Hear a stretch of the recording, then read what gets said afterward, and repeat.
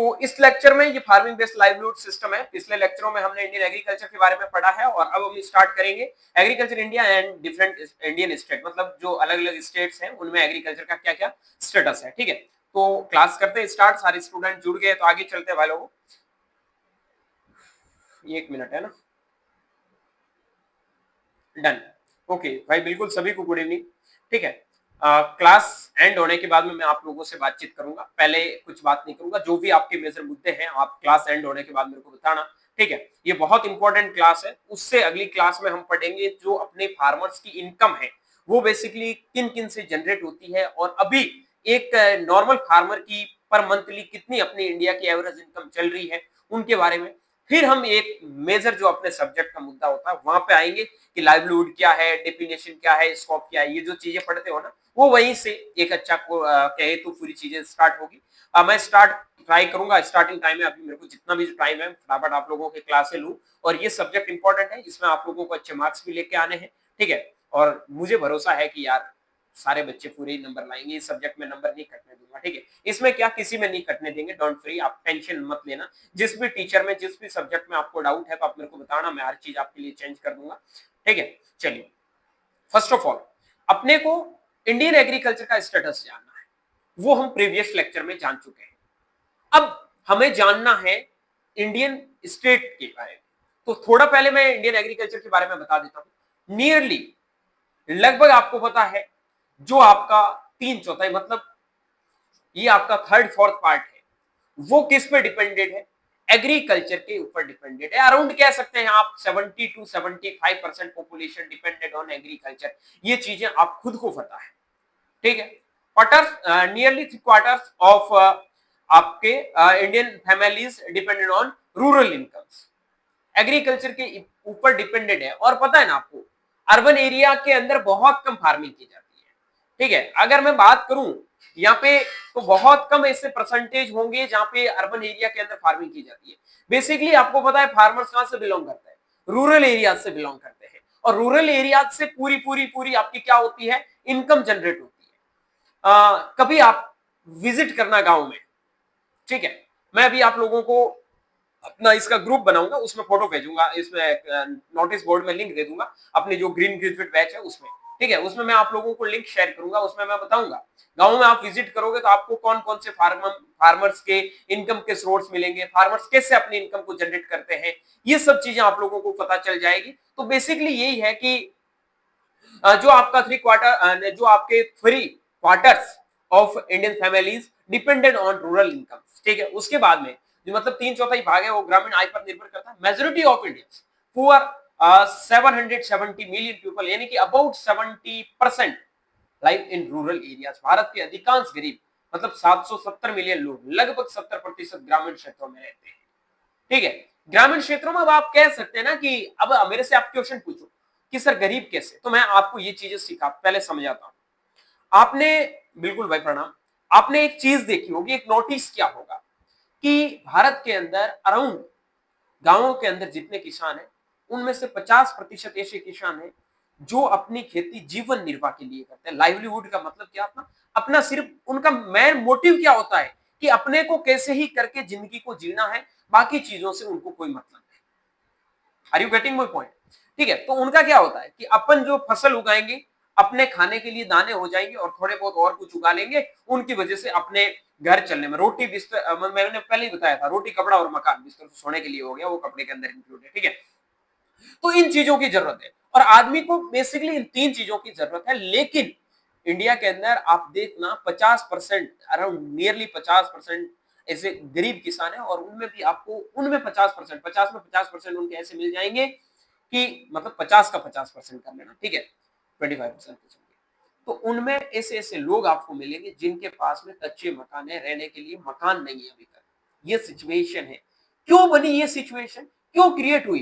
क्योंकि उनको proper knowledge नहीं है कि आपको फार्मिंग कैसे करनी है, किस वे में आप चलोगे तो आप आगे के लिए मूव ऑन कर पाएंगे। ये इनको दिक्कत हो रही है, उनको प्रॉपर वे में गाइडेंस नहीं मिल रही है। लैंड होल्डिंग कैपेसिटी उनके पास में है नहीं, या फिर किसी के पास में लैंड है तो वाटर रिसोर्सेज नहीं है, या फिर वाटर रिसोर्सेज है तो और कोई रिसोर्सेज उनके पास में नहीं। आज मैं बात करूं तो एसआरपी में गया था। ठीक है, तो मेरे को जो किसान अलॉट हुआ था, अब मैं बेसिकली उनकी बताऊं तो उसका सिचुएशन 2 बीघे के समथिंग उसके पास जमीन है, ठीक है, वो स्मॉल फार्मर्स की कैटेगरी में आ गया। उसके बाद में वाटर रिसोर्सेज उसके पास में रिवर बेस्ड फार्मिंग होती है, रिवर नदियों से उसकी सिंचाई हो जाती है। लेकिन मैंने उनसे पूछा कि आपकी इनकम क्या होती है, कि हम इनकम कुछ नहीं है, बस खाने वाले अनाज हो जाते हैं, बकरी बकरी रखते हैं, उनसे थोड़ा बहुत घर चल जाता है, ठीक है। तो ये सिचुएशन है, आप कभी जाके देखोगे, कभी आप ऑब्जर्व करना, आप लोगों को खुद को पता चल जाएगा। देखो 2 टाइप के फार्मर हैं, ठीक है।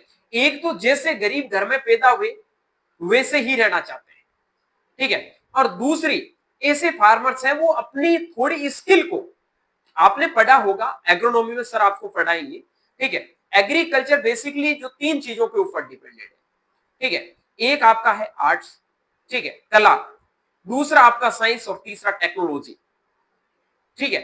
एज यू नो कि सबसे इंपॉर्टेंट यहां पे जिसकी जरूरत होती है वो स्किल की जरूरत होती है। किसकी जरूरत होती है? स्किल की जरूरत होती है। क्या फार्मर्स के पास स्किल नहीं? बिल्कुल स्किल है।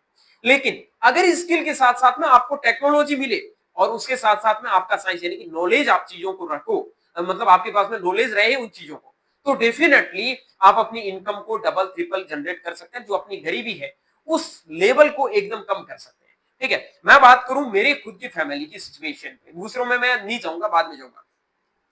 तो क्या था, दादाजी के टाइम पे देखा था, बहुत ज्यादा प्रॉब्लम थी, वही थी कि खाने को अनाज मिल जाता था, जैसे तैसे करके घर चलता था। पापा जी का जन्म हुआ था, ठीक है, उनके पास स्किल थी, बहुत सारी चीजों का पता था, धीरे धीरे धीरे करके उन्होंने इम्प्लीमेंटेशन शुरू किया था, अच्छे सही ढंग से सिस्टमेटिक वे से फार्मिंग स्टार्ट की। फिर मैंने इन्वॉल्व करना शुरू किया उसमें, ठीक है। लास्ट मैं तो बहुत बचपन से फार्मिंग के अंदर इन्वॉल्व हूँ, ठीक है। और जैसे जैसे हमने देखा है इन चीजों को, इनोवेशन या फिर उनके अंदर हमने देखा कि अप्लाई करके अपने को रिजल्ट क्या मिलता है, तो डेफिनेटली आपको पॉजिटिव रिजल्ट मिला है, ठीक है, आपको अच्छा प्रोडक्शन मिल रहा है। जो मैं मेरे खुद के खेत में देख रहा हूं कि आज से मेरे खेत के अंदर 5 साल पहले वाटर का स्टेटस आज से कहीं गुना ज्यादा था, लेकिन वहां प्रोडक्शन लेवल बहुत ज्यादा लो था। लेकिन आज मैं मेरे अगर खेत का स्टेटस देखूं तो आप किसी भी वे में प्रीवियस ईयर के अगर वो डाटा उठाओगे ना प्रोडक्शन का, तो उनसे कहीं गुना प्रोडक्शन है वो इंक्रीज हुआ है। तो सिर्फ पानी आपको पैदावार नहीं देगा, ठीक है, आपको प्रोडक्शन लेना है तो आपको और भी चीजों के बारे में सोचना पड़ेगा कि हाउ टू इंप्रूव और प्रोडक्शन, ठीक है। तो इन चीजों के बारे में अपने को ध्यान रखना। ये जो गरीब किसान है, क्यों गरीब है, इनके लिए मैंने आपको सारी चीजें ये बताई है, ठीक है। From Jamshedpur my first class, कोई दिक्कत नहीं है भाई पुष्कर, थैंक यू। आपने फर्स्ट क्लास अटेंड किया तो बहुत मजा आएगा, जो लड़के जुड़े हैं, कोई बात नहीं, काफी पहले से कुछ जुड़े हैं, काफियों की मेरी हो सकती है कि पहली क्लास हो, ठीक है, कोई बात नहीं। तो ये चीजें आप लोगों को ध्यान रखना, आप प्रीवियस जो फार्मिंग बेस्ड लाइवलीहुड सिस्टम की क्लासेस हैं उनको लेना, ताकि मजा आएगा। फिर मैं बात करता हूं, आप लोगों को पहले समझा देता हूं। आपको बोला क्या है, India's food security depends on, जो आपकी भारत की क्या है, खाद्य सुरक्षा निर्भर करती है, किस पे करती है? एक तो सीरियल्स क्रॉप पे, फ्रूट्स एंड वेजिटेबल पे, तीसरा मिल्क प्रोडक्शन। अब सीरियल क्रॉप क्या क्या होती है, पहले ये चीज ध्यान रख लेना। सीरियल्स जो वर्ड है, सीरियल्स जो वर्ड है, it is a Roman word, it is a Roman word, ठीक है, जिसका मतलब होता है गॉडनेस ऑफ ग्रेन, ठीक है। अब मेरी बात सुनो, सीरियल क्रॉप है, उसके अंदर wheat and barley both are rabi crop. Kharif में आपकी राइस, उसके बाद में आपका पर्ल मिलेट, सोरगम, मेज, ठीक है। टोटल ये जो आपकी क्रॉप्स है, 6 क्रॉप है, ये आपकी मेजर क्रॉप मानी जाती है। इसमें बहुत सारे माइनर मिलेट भी आते हैं, वो अलग है, ठीक है, माइनर मिलेट भी इसमें आप शामिल कर सकते हैं, जिसमें फिगर मिलेट वगैरह ये सब इंक्लूड होते हैं। तो ये आपकी होती है सीरियल्स क्रॉप, ठीक है। इससे बेसिकली अपना जो सोर्स होता है वो कौन सा होता है? कार्बोहाइड्रेट का, कार्बोहाइड्रेट का अराउंड 70% इसके अंदर कार्बोहाइड्रेट है वो प्रेजेंट होता है। किसी के अंदर 65, किसी के अंदर 68, किसी के अंदर 77, 76, अराउंड 70% इनके अंदर कार्बोहाइड्रेट है वो प्रेजेंट रहता है। और ये जो मेजर सोर्स होते हैं वो किसके होते हैं बेटा? कार्बोहाइड्रेट के होते हैं। फ्रूट्स क्या होते हैं, फ्रूट्स के बारे में आप जानते हैं, वेजिटेबल जो सब्जियां आप खाते हैं उनके बारे में आप जानते हैं, मिल्क प्रोडक्शन जो गायों भैंसों से आपको दूध मिलता है, ठीक है, वो आपका मिल्क प्रोडक्शन। अब आपको पता है, आप खाना खाते हैं, आपको क्या चाहिए, एक सब्जी चाहिए, उसके अलावा रोटी चाहिए, उसके अलावा आप साथ में दूध दही छाछ घी, ठीक है, जो भी घी मक्खन वगैरह आता है किससे आता है, मिल्क प्रोडक्शन से आता है। वेजिटेबल्स, आपकी सब्जियां, वेजिटेबल्स आप साथ में सलाद वगैरह खाते हैं, वो फ्रूट्स की कैटेगरी में इंक्लूड करते हैं, या फिर वेजिटेबल्स भी बहुत सारे होते हैं, ठीक है। उसके बाद में बात करता हूं मैं सीरियल्स क्रॉप की, जहां पे आप रोटी खाते हैं, चाहे मक्के की रोटी खाते हैं, चाहे बाजरे की खाते हैं, चाहे गेहूं की खाते हैं, चाहे चावल खाते हैं, कुछ भी इनके साथ में खाते हैं, तो वो किसके अंदर इंक्लूड है, वो सीरियल्स क्रॉप्स के अंदर इंक्लूड है। जितना ये सारी चीजें आप लोगों की एकदम क्लियर हो जानी चाहिए कि अपनी सीरियल्स क्रॉप है क्या। समझ गए बात को। अब मैं एक चीज बताता हूं आपको, यहां पर बोला गया है कि India's food security depends on, कि भाई भारत की जो खाद्य सुरक्षा है, अब खाद्य सुरक्षा यही है, सीधी बात है, अगर ये चीजें नहीं मिलेगी तो हम जीवित नहीं रह पाएंगे, ठीक है। क्या तुम दाल खा के जिंदा रह सकते, नहीं। क्या तुम अकेली सब्जी खा के जिंदा रह सकते हो, जिंदा रह सकते, लेकिन जो शरीर को जरूरत है वो चीजें आपने, एक बॉडी बनानी है, आपको जो कुछ करना है वो आप नहीं कर सकते। Is it clear. अब मैं आगे चलता हूं। इकोनॉमिक कंट्रीब्यूशन आपको पता है, जीडीपी, कोई फुल फॉर्म बताएगा जीडीपी की,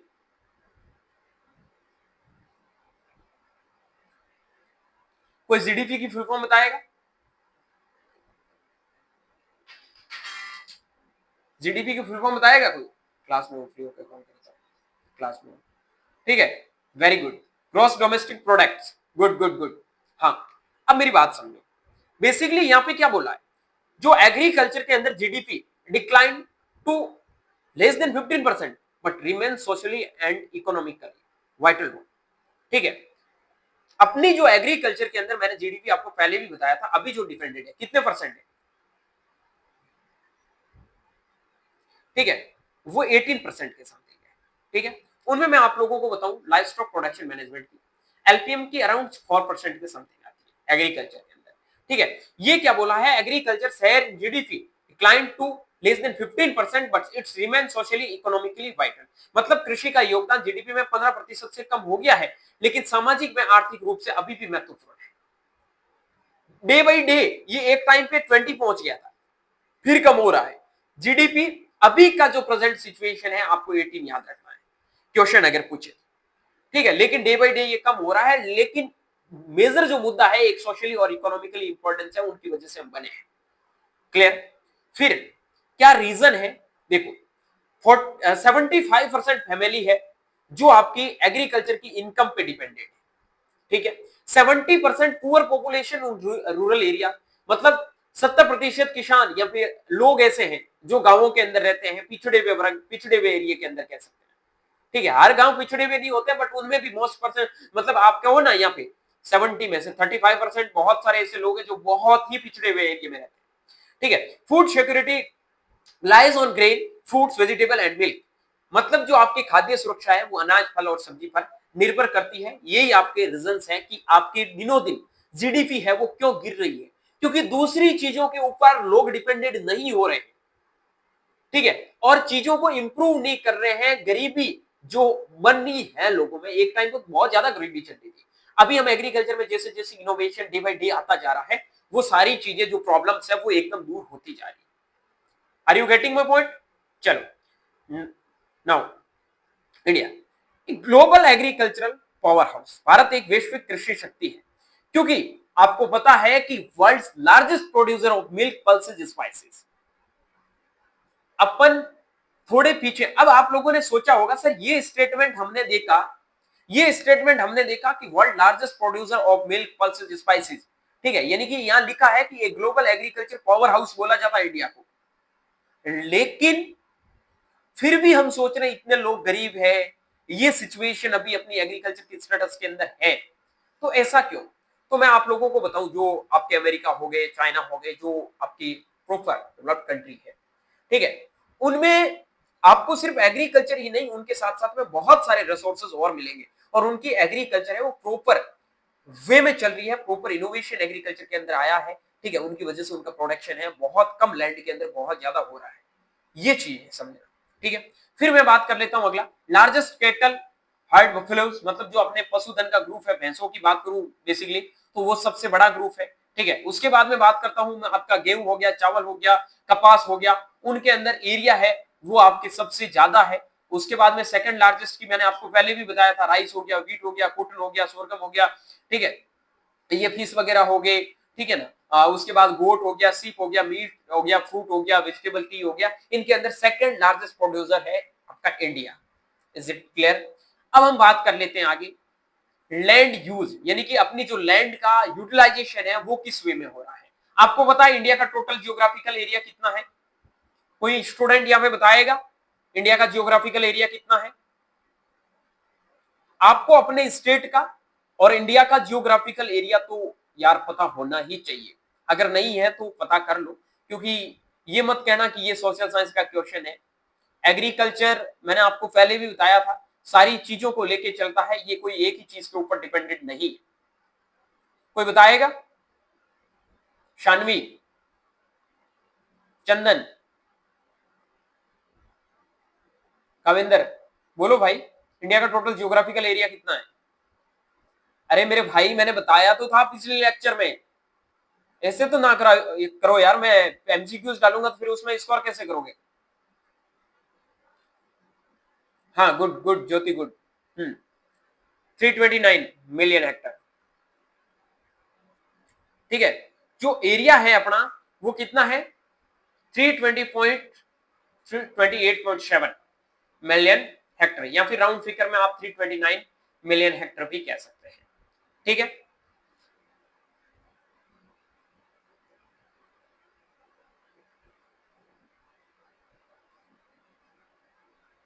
ओके, चलो, इसमें से कल्टीवेटेड लैंड 195 मिलियन हेक्टर। अब जो पीछे निकाल लो, जो आपकी इनमें से 128 में से 195 निकाल लो, जो बस्ती है वो आपकी अनकल्टीवेटेड लैंड है, ठीक है। रेनफेड 63%, यानी कि उस अनकल्टीवेटेड के अंदर आप लोगों का ये जो इंडस्ट्रियल एरिया है ये भी आता है, लोग जहां पे रहते हैं वो भी आता है, फॉरेस्ट वगैरह ये सारी सारी चीजें उनके अंदर इंक्लूड है, जो भी समुद्री एरिया है सारी चीजें इसके अंदर इंक्लूडेड है, ठीक है। उसके बाद में बात कर लेता हूं आपके रेनफेड, यानी कि जो बारिश के आधारित जो फार्मिंग हो रही है वो आपकी 63%, 125 मिलियन हेक्टर, ठीक है। इरिगेटेड एरिया 37%, जो 70 मिलियन हेक्टर है जो आपकी इरिगेटेड एरिया है, ठीक है। उसके बाद में बात करता हूं फॉरेस्ट लैंड की, तो 65 मिलियन हेक्टर जो आपका क्या है? फॉरेस्ट लैंड है, ठीक है। फिर बात कर लेता हूं top 10 agricultural state in India, यानी कि इंडिया के अंदर टॉप 10 स्टेट, 10 मेजर जो स्टेट है कौन से है? सोचने की जरूरत नहीं, सबसे पहले नंबर 1 पे उत्तर प्रदेश आता है। क्यों चंदन भाई, क्या बोलता चंदन? चंदन थोड़ा प्राउड तो हो रहा है ना यहाँ पे, है ना? चंदन हो रहा नहीं हो रहा भाई? उत्तर प्रदेश का नाम आया एग्रीकल्चर के पहले नंबर पे, बाकी लोग भी होंगे यूपी से, मैं एक चंदन को ही जानता हूं, ठीक है। तो मेजर इसमें जो क्रॉप होती है वो आपकी व्हीट है, राइस है, ठीक है, सुगर कैन है, पोटेटो है, पल्सेज है, ऑयल सीड है। चंदन से भी पूछ लो अगर ये नहीं होती है तो।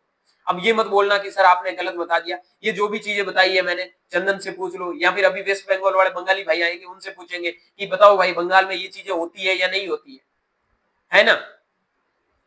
ठीक है मेरे भाई, चलो। उसके बाद में largest producer of food grain, उसके बाद में आपका डबल क्रॉपिंग पॉसिबल, फर्टाइल जो आपके गैंगेटिक प्लांट्स है, मैं आपको आगे एग्रो क्लाइमेटिक जोन पढ़ाऊंगा, ठीक है, एक चैप्टर है उसमें आपको पता चल जाएगा कि आपके गैंगेटिक प्लांट्स वगैरह कौन कौन से एग्रो क्लाइमेटिक जोन के अंदर आते हैं।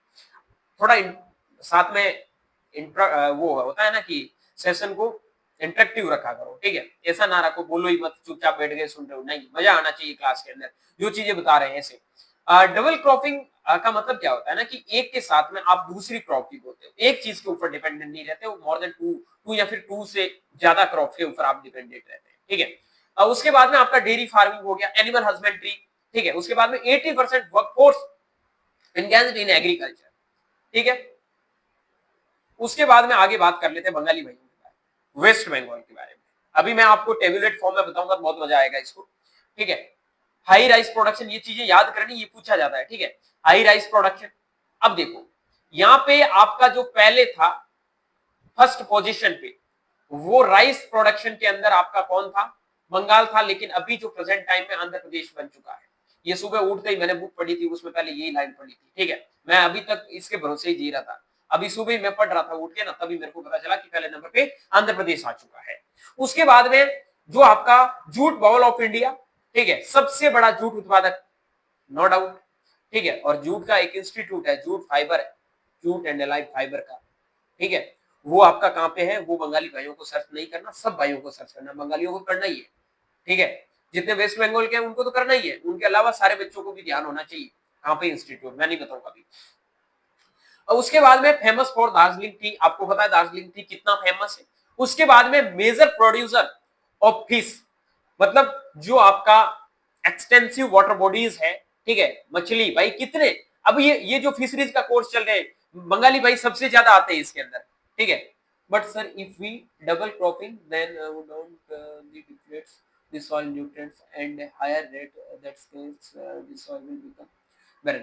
देखो मेरी बात समझो, अभी इस लड़की ने जो सानवी ने क्वेश्चन पूछा, मैं आपको बताता हूँ। आपने डबल क्रॉपिंग की है, ठीक है।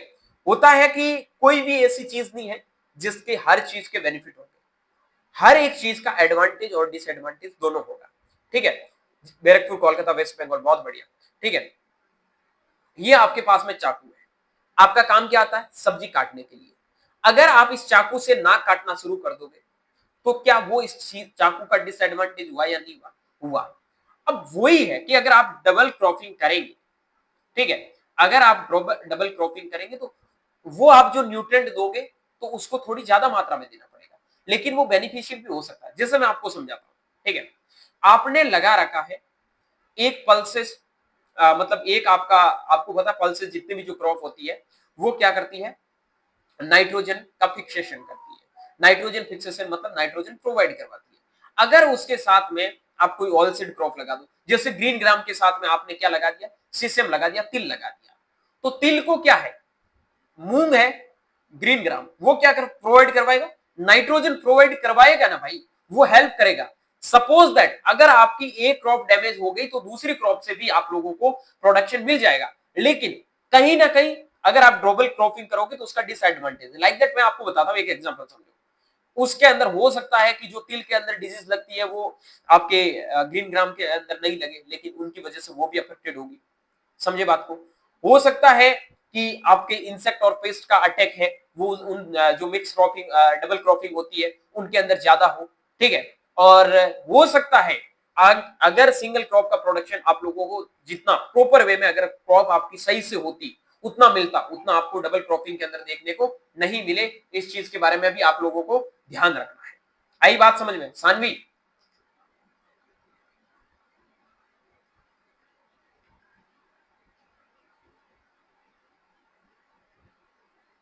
Saanvi, all right sir, good, okay, चलो आगे चलो। हाँ डाउट हो तो कोई पूछ सकते, कोई दिक्कत नहीं है ना।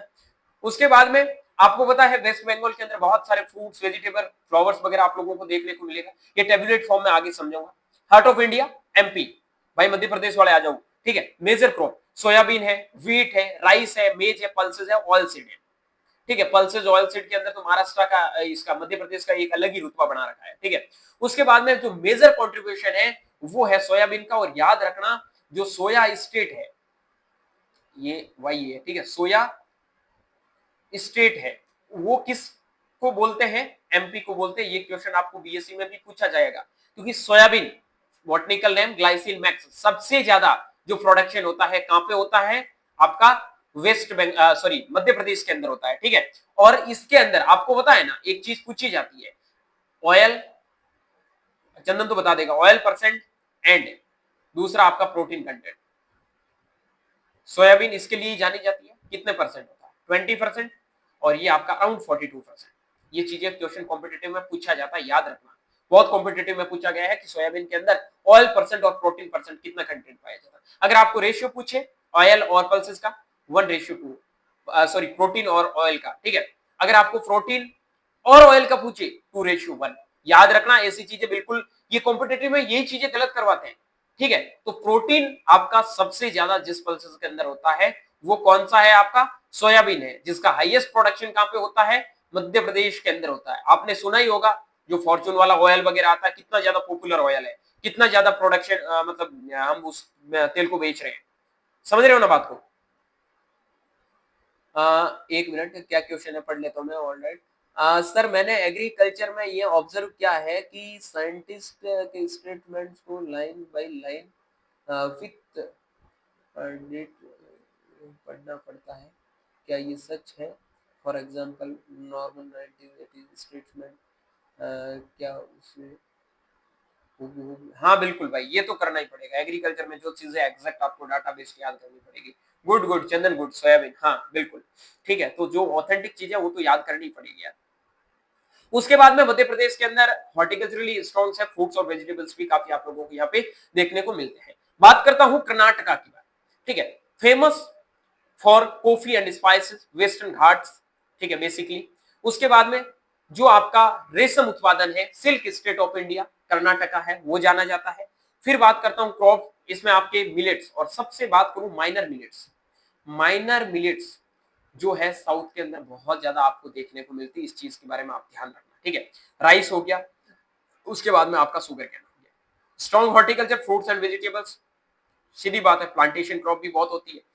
महाराष्ट्र की बात करूं तो क्रॉप में आपका कॉटन हो गया, ठीक है, सोरगम हो गया, राइस हो गया, व्हीट हो गया, पल्सेस। ये चीजें आपको सेमेस्टर में अगर क्वेश्चन पूछे ना, इंडियन एग्रीकल्चर का स्टेटस लिखते हुए डिफरेंट मतलब स्टेट की एग्रीकल्चर स्टेटस को डिस्क्राइब कीजिए, तो ये सारी चीजें आपको लिखनी है, ठीक है। और इस वे से अगर कोई बच्चा आंसर लिखता है, कोई भी मास्टर आपका नंबर काटने वाला नहीं है, ठीक है। मेजर क्रॉप्स में ग्रेप्स है, ऑरेंज है, बनाना है। और जिस स्टेट में आप पढ़ते हो, जैसे बीएचयू में बच्चे तो उत्तर प्रदेश के बारे में थोड़ा फोकस ज्यादा करना है, ठीक है। आप एमपी में एडमिशन ले रहे हो तो एमपी स्टेट के बारे में थोड़ा बहुत आपको ज्यादा पढ़ना, ये चीजें ध्यान रखना है, ठीक है। हॉर्टिकल्चरली एंड डेयरी में काफी ज्यादा स्ट्रॉन्ग स्टेट है, अनॉन irrigation project and modern farming, ठीक है। उसके बाद में बात करता हूँ पंजाब की, तो आपका डेनरी ऑफ इंडिया, क्रॉप्स में व्हीट, राइस, मेज, बार्ली, ठीक है। उसके बाद में हाईली मैकेनाइज्ड एंड जो आपका इरिगेटेड फार्मिंग है। उसके बाद में स्ट्रॉन्ग डेयरी सेक्टर है। उसके बाद में मेजर कंट्रीब्यूटर जो आपका कंट्रीब्यूटर है, ठीक है, किसके अंदर है, जो आपका एनएफएस, ठीक है, जो नेशनल फूड सिक्योरिटी है, उसके अंदर पंजाब। अब पंजाब को सबसे पता है यार, ठीक है, कि सबसे ज्यादा ग्रेनरी ऑफ इंडिया माना जाता है, सबसे ज्यादा प्रोडक्शन आपका पंजाब, प्रोडक्टिविटी किसी स्टेट की मानी जाए तो पंजाब की है, ठीक है, क्योंकि वहां पे फर्टिलाइजर, पेस्टिसाइड अंधाधुंध यूज होते हैं और बहुत अच्छा प्रोडक्शन होता है। But day by day soil की फर्टिलिटी बहुत खराब हो रही है, और आपने बहुत सारे ऐसे ये केसेस पढ़े होंगे, ठीक है, कि पंजाब के कितने किसान जो सॉइल फर्टिलिटी को लेते हुए आत्महत्या करते हैं, ठीक है। उसके बाद में बात करता हूँ आंध्र प्रदेश में, तो मेजर राइस प्रोड्यूसर है, ठीक है। टोबैको, कॉटन, चिलीज जैसी क्रॉप्स यहाँ पे लगाई जाती है। मैंगो, बनाना, सिट्रस फ्रूट्स वगैरह यहाँ देखने को मिलती है। स्ट्रॉन्ग फिशरीज सेक्टर है, वो बहुत स्ट्रॉन्ग यहाँ का माना जाता है। उसके बाद में असम की बात करूँ तो फेमस फॉर असम टी, जो आपको पता है वर्ल्ड रिनाउंड जो आपकी टी मानी जाती है, ठीक है, सबसे फेमस टी है असम की। और असम सबसे ज्यादा टी का प्रोडक्शन करता है, आपको पता है। क्रॉप्स में राइस, जूट, ऑयल सीड है, ठीक है। फ्रूट्स, वेजिटेबल प्रोडक्शन अच्छा होता है। उसके बाद में आपके ये जो फिशरीज प्रोडक्शन है बेसिकली, ठीक है, आपका ट्राइबिंग्स वगैरह होते हैं, ठीक है, ट्राइबिंग्स वगैरह, इसमें अच्छा खासा प्रोडक्शन भी आपको फिशरीज में देखने को मिलती है। ये असम हो गया, वेस्ट बंगाल हो गया, साउथ साइड की कुछ स्टेट्स की बात करूँ तो यहाँ पे फिशरीज का प्रोडक्शन काफी अच्छा आपको देखने को मिलता है, ठीक है। उसके बाद में हरियाणा, क्रॉप्स में wheat, rice, cotton, sugar cane, oil seed, strong irrigation system है। मेजर प्रोड्यूसर ऑफ मिल्क, जो डेयरी हब्स है, यूज मॉडर्न फार्मिंग प्रैक्टिसेस, ठीक है। उसके बाद में बात करता हूँ गुजरात में, क्रॉप्स में आपका basically cotton, groundnut, wheat, rice, pulses है, ठीक है। फ्रूट्स के अंदर मैंगो एंड बनाना है। फेमस फॉर डेयरी जो आपका अमूल है, कोई फुल फॉर्म बताएगा?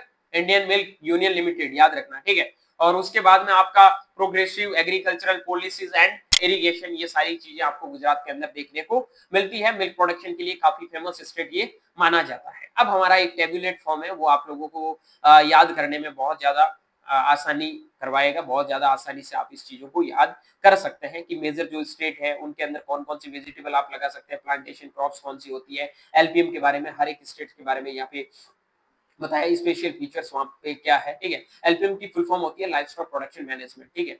चलो, यहाँ तक किसी में कोई डाउट है तो पूछो, फिर मैं आगे बढ़ता हूँ। यहाँ तक किसी बच्चे का कोई डाउट? इशिता, ज्योति, शानवी, अंजना, चंदन, मंदीशा, विश्वास। चलूं आगे भाई, यहां तक सब चीजें क्लियर है ना? चलो अब बात करता हूं मैं आगे स्टेट में, सबसे पहले उत्तर प्रदेश की बात। ठीक है, यहाँ पे आपकी जो मेजर क्रॉप है, व्हीट है, राइस है, सुगर कैन है, पल्सेस है। वेजिटेबल्स की बात करूं तो पोटैटो है, मैंगो है, गुआवा है।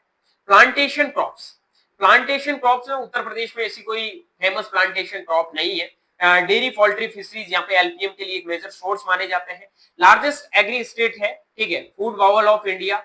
उसके बाद में आगे बात करता हूँ डबल क्रॉपिंग, राइस और व्हीट का यहाँ पे सिस्टम प्रॉपर वे में फॉलो किया जाता है। क्रॉपिंग सिस्टम, मिक्स फार्मिंग वगैरह, जैसे आपने राइस लगाया, उसके बाद में आपका प्रॉपर ये व्हीट, ये आपकी डबल क्रॉपिंग है, वो होती रहती है, प्रॉपर फिक्स है उनका। ठीक है, rice wheat, rice wheat, rice wheat चलता रहता है। ठीक है, ये बहुत इंपॉर्टेंट एक क्वेश्चन पूछा जाता है। ठीक है, जो बच्चे बीएचयू में आएंगे बेसिकली इसको क्वेश्चन को पढ़ लेना, ये क्वेश्चन सीक्वेंस आप लोगों को पूछी जाती है डबल क्रॉपिंग की। ठीक है, मैं बता दूंगा आपको, टेंशन न लेना।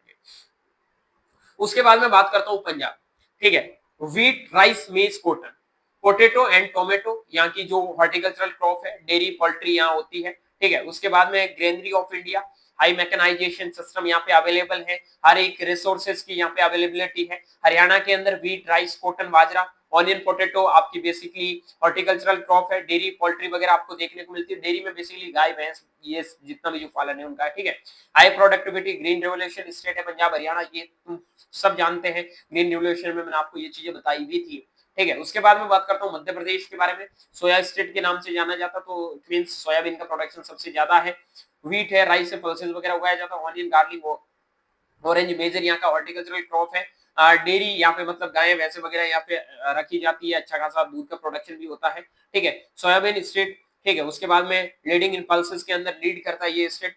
फिर बात करता हूँ मैं आपके महाराष्ट्र के बारे में, कॉटन, शुगर केन, ज्वार, बाजरा। और उसके बाद में हॉर्टिकल्चरल क्रॉप्स की बात करूँ तो ग्रेप्स हो गया, ऑरेंज हो गया, बनाना हो गया, पोमीग्रेनेट हो गया। ठीक है, ऑनियन, ऑनियन वगैरह का भी प्रोडक्शन यहाँ पे अच्छा खासा होता है। ठीक है, डेयरी, पोल्ट्री यहाँ पे है फेमस फॉर हॉर्टिकल्चरल एंड जो आपका वाइनयार्ड है उनके लिए। उसके बाद में बात करता हूँ आगे राजस्थान में, तो बाजरा, mustard, wheat, pulses, onion, cumin, coriander है, यहाँ की मेजर हॉर्टिकल्चरल क्रॉप्स है। ठीक है, उसके बाद कैमल है, सीप है, गोट है, इनका रियरिंग भी किया जाता है। बाकी डेयरी प्रोडक्शन तो यहाँ पे होता ही है, गाय भैंसे वगैरह लोग बहुत रखते हैं। एरिड फार्मिंग पे यहाँ पे लोग थोड़ा फोकस ज्यादा करते हैं। उसके बाद में लार्जेस्ट प्रोड्यूसर ऑफ मस्टर्ड, मतलब मस्टर्ड का प्रोडक्शन सबसे ज्यादा इंडिया के अंदर कहाँ होता है, वो राजस्थान के अंदर होता है। ठीक है, बात करता हूँ गुजरात में, तो कॉटन, ग्राउंडनट, व्हीट, बाजरा।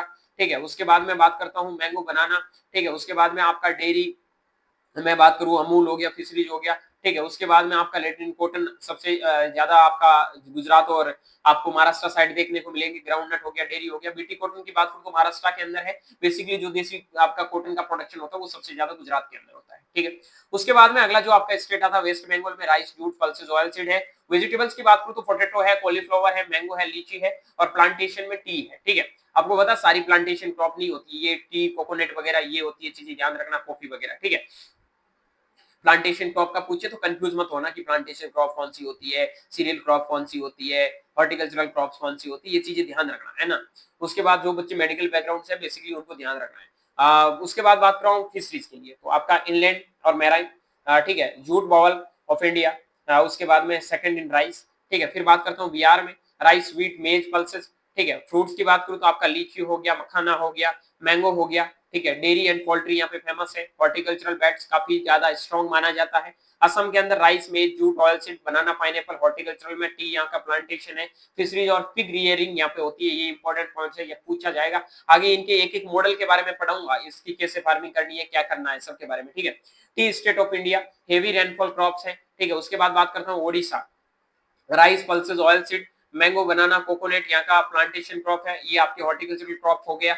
उसके बाद में फिशरीज यहाँ का मेजर, आपको पता है ओडिशा वगैरह के अंदर फिशरीज का अच्छा खासा प्रोडक्शन है, वो आपको देखने को मिलता है। Major rice producing state. ठीक है, मैराइन फिश का यहाँ पे प्रोडक्शन काफी अच्छा है। फिर आंध्र प्रदेश में rice, tobacco, cotton, chillies, mango, और आपके सिट्रस हो गए, वो बेसिकली माने जाते हैं। आपके हॉर्टिकल्चरल प्लांटेशन में कोकोनट हो गया, फिशरीज और डेयरी का प्रोडक्शन यहाँ आंध्र प्रदेश के अंदर आपको लाइव स्टॉक प्रोडक्शन के अंदर देखने को मिलता है। एग बाउल ऑफ इंडिया के नाम से आंध्र प्रदेश को जाना जाता है, ठीक है। और मैराइन फिशरीज का प्रोडक्शन भी यहाँ पे काफी अच्छा खासा होता है, ठीक है। फिर बात करता हूँ तेलंगाना के बारे में, तो राइस, कॉटन, चिलीज की यहाँ पे फार्मिंग होती है। मैंगो यहाँ पे हॉर्टिकल्चर का एक मेजर क्रॉप माना जाता है। पोल्ट्री और डेयरी पे काफी ज्यादा फोकस यहाँ का लोगों का रहता है। और फेमस फॉर रेड चिलीज के लिए तेलंगाना है वो फेमस है, ठीक है।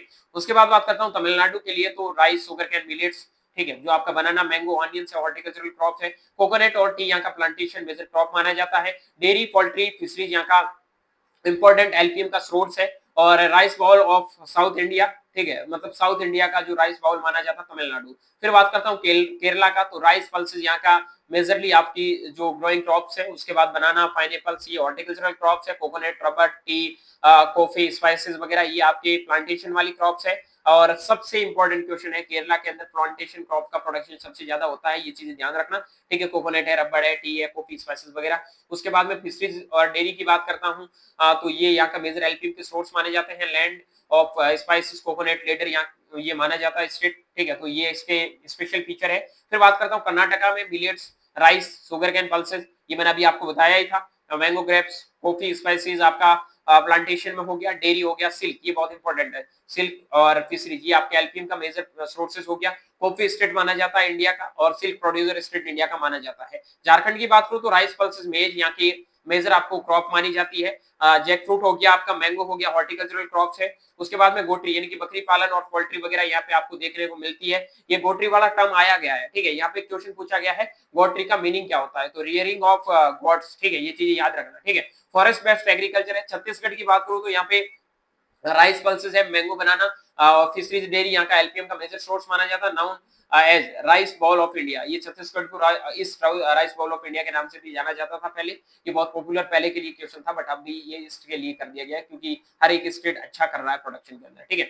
उसके बाद में उत्तराखंड की बात करूं तो आपके व्हीट, राइस, पल्सेस है। एप्पल, पीच, पाम यहाँ के हॉर्टिकल्चरल क्रॉप्स है, ठीक है। उसके बाद में बात करूं टी, यहाँ पे आपका प्लांटेशन क्रॉप है। गोट, शीप और डेयरी यहाँ का एलपीएम का सोर्स माना जाता है। स्पेशल फीचर की बात करूं तो हिली हॉर्टिकल्चरल स्टेट इसको माना जाता है। हिमाचल की बात करूं तो maize, wheat, barley, apple, peach, palm यहाँ का हॉर्टिकल्चरल क्रॉप है। टी जो आपका कांगड़ा टी आता है वो आपका प्लांटेशन क्रॉप के अंदर माना जाता है। सीप, गोट का यहाँ पे अच्छा खासा, क्योंकि थोड़ा पहाड़ी इलाका है, अच्छी खासी लैंड वो नहीं है क्रॉप के लिए, तो वहां पे क्या करते हैं लोग, पहाड़ों पे बकरियां हैं, ठीक है, भेड़ है, उनको चराते हैं, उनकी ऊन वगैरह बेचते हैं, रखते हैं, तो उनसे अच्छा खासा उनको ये प्रोडक्शन मिल जाता है, ठीक है।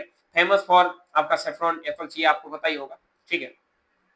उसके बाद में बात करता हूँ नॉर्थ ईस्ट, जो नागालैंड हो गया, मणिपुर, मिजोरम, मेघालय, त्रिपुरा, अरुणाचल प्रदेश, यहाँ राइस, मेज, पल्सेस है, ठीक है। पाइन एप्पल हो गया, ऑरेंज हो गया, जिंजर हो गया, टी हो गया, बोम्बो हो गया, रबड़ हो गया, प्लांटेशन क्रॉप्स है। और पिक का रियरिंग करते हैं। फिशरीज यहाँ की मेजर एक आपका एलपीएम का सोर्स है। High horticultural and organic farming, organic farming के ऊपर बहुत ज्यादा इनका फोकस है। और आपको पता है इंडिया का फर्स्ट जो ऐसा स्टेट है जिसको प्रॉपर ऑर्गेनिक स्टेट है वो डिक्लेयर किया गया था, वो कौन सा है आपको अगर पता हो तो वो सिक्किम है, जो आपके नॉर्थ ईस्ट स्टेट के अंदर इंक्लूड होता है। वो आपका 2016 के अंदर हुआ था, ये चीज भी आप लोगों को याद रखनी है। आई थिंक ये जो भी अलग अलग स्टेट के बारे में आपको मैंने एलपीएम के अंदर, सॉरी, एफबीएलएस के अंदर ये जो भी चीजें पढ़ाई है आपको समझ में आ गई होगी। अपनी एग्रीकल्चर क्या है, हॉर्टिकल्चर का स्टेटस क्या है, और एलपीएम का स्टेटस क्या है, ठीक है, हर एक चीज के बारे में अच्छे से बताए हैं। आई थिंक ये सारी चीजें आप लोगों को अच्छे से समझ में भी आ गई होगी। काफी डाटा बेस्ड चीजें भी थी जो आपको थोड़ी याद करने की जरूरत भी है, ठीक है मेरे भाई। तो यहाँ तक सारी चीजें आप लोगों की एकदम क्लियर हो जानी चाहिए। यहाँ तक किसी का कोई डाउट नहीं है ना?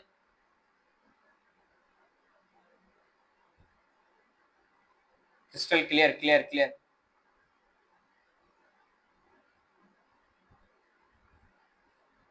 हाँ, फसल चक्र की मैंने अभी यहाँ बात ही नहीं की है ना। मैंने फसल चक्र की बात थोड़ी की, मैंने डबल क्रॉपिंग बताया है। फसल चक्र क्या होता है, क्रॉप रोटेशन, पता है तुम्हें? चंदन क्या क्लियर नहीं हुआ? नो सर, क्या डाउट है बताओ। अच्छा, no sir, all clear, all clear, okay okay. Chandan देखो, क्रॉप रोटेशन का मतलब क्या होता है, फसलों को हेर फेर के बोलना। मतलब एक बार आप लेग्यूम क्रॉप लगाओ तो उसके बाद में वापस लेग्यूम क्रॉप ना लगाओ। अगर कोई सीरियल क्रॉप लगा दी तो उसके बाद में वापस सीरियल क्रॉप ना लगाओ, ठीक है। तो ये चीज होती है, वो आगे पढ़ाऊंगा आपको। यहाँ एग्रोनॉमी में सर बहुत अच्छे से आपको पढ़ाएंगे इसके क्रॉप रोटेशन के बारे में, समझ में आ जाएगा, कोई दिक्कत नहीं है। अब मैं आप लोगों से 5 मिनट बात करता हूँ, ठीक है? ये क्लास की रिकॉर्डिंग ऑफ कर देता हूँ 1 मिनट।